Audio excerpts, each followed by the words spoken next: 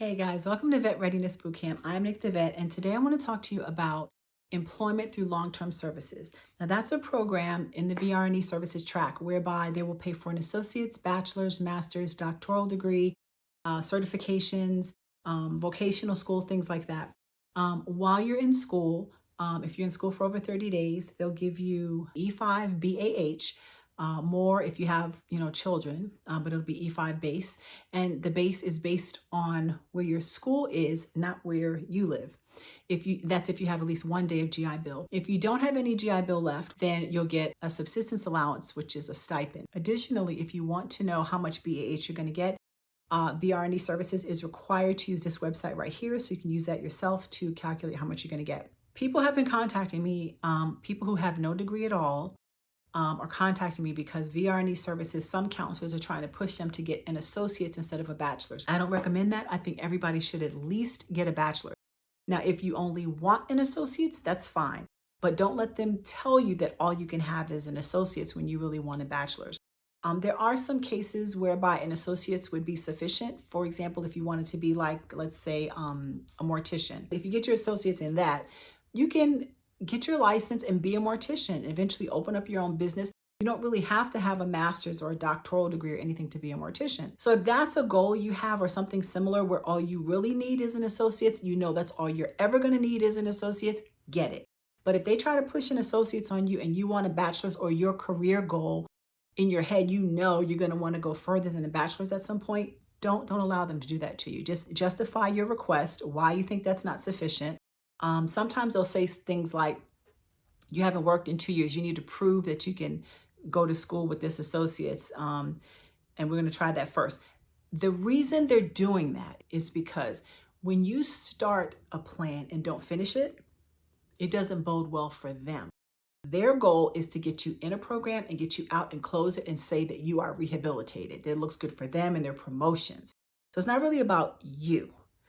If you go in for a bachelor's and you can't finish it, you can't finish it. And you stop.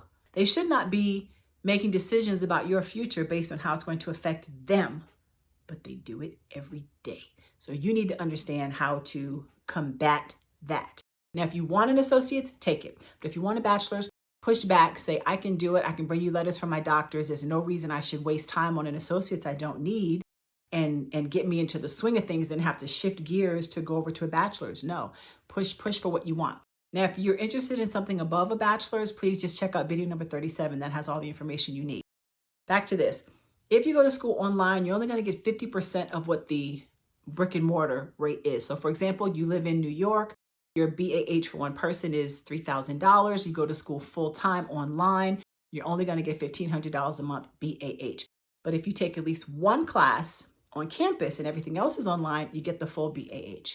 So that's good to know when you're making your decisions about whether or not to go to school online versus on campus. There's also, you can check it out here, but it goes over kind of weirdly structured classes. Sometimes you may have a class that's 3 months long. There's a college called Shorter College, and it has weird, I think every semester is 1 month or something weird. I don't know, don't quote me, but it would be a different type of setup. So you'd have to check it out here to figure out how your BAH would be allocated based on that type of attendance. Oh, also, when you guys are requesting this stuff, some of you guys have, watched all my videos, you know the guidelines, you know all the buzzwords, you're confident, and you go in there and you say, I know what I can have. This is what I want. I want law school, and this says that I can have it. What I want you to understand is the guidelines I give you either say you must have it or you can have it. If it says you can have it, that means they can give it to you if they want to. So don't go in there telling them you have to approve law school, you have to approve med school. When you meet the entitlement criteria, let's say you meet the SCH criteria, the guidelines say they must find you entitled and give you additional accommodations to mitigate the effects of your STDs. But they don't have to approve law school. They can say, no, I think you should get an MBA.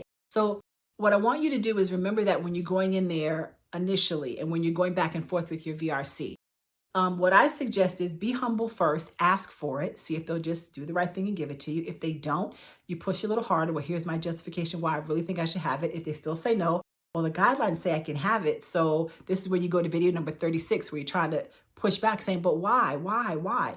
And if they say it's too expensive, you give them the guideline. We're not allowed to do it. You give them the guideline. Once they throw all the lies out, that's when you give them the guidelines. And then when they finally just say, I'm not doing it, that's when you can puff up a little bit and say, yes, you are. Not that, but, towards that end. Last thing is, don't escalate until you have gone back and forth with your counselor a few times. And don't tell the VRC that you're going to escalate. Somebody was like, if you don't give this to me, I'm going to send an email to this person and that person.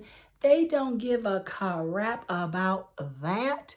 They are ensconced in a broken system in a huge organization that is riddled with red tape. They don't believe for a second that you're going to get diddly squat by escalating.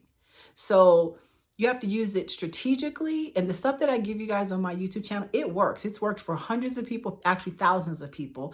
It worked for me in every area. Everything I ever asked for, I got.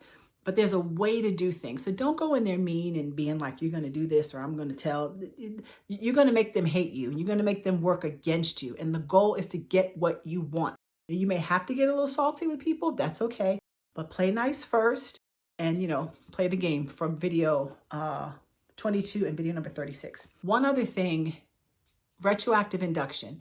If you happen to start school first and then find out about VR&E services or then get approved for VR&E services, they have to pay you back for whatever you paid up until that point because they have to pay for the whole degree. So if you took out student loans and you went to school for 2 years and now you want VR&E services to pick up the rest of your bachelor's or the rest of your associate's degree, they will do it, but then they've got to give you the money back that you borrowed and reimburse you for your books, all the stipend that you would have received or BAH, everything.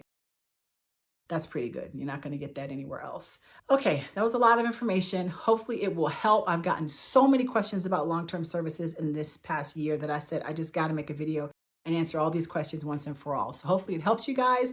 Thanks for watching. I'm Nick the Vet.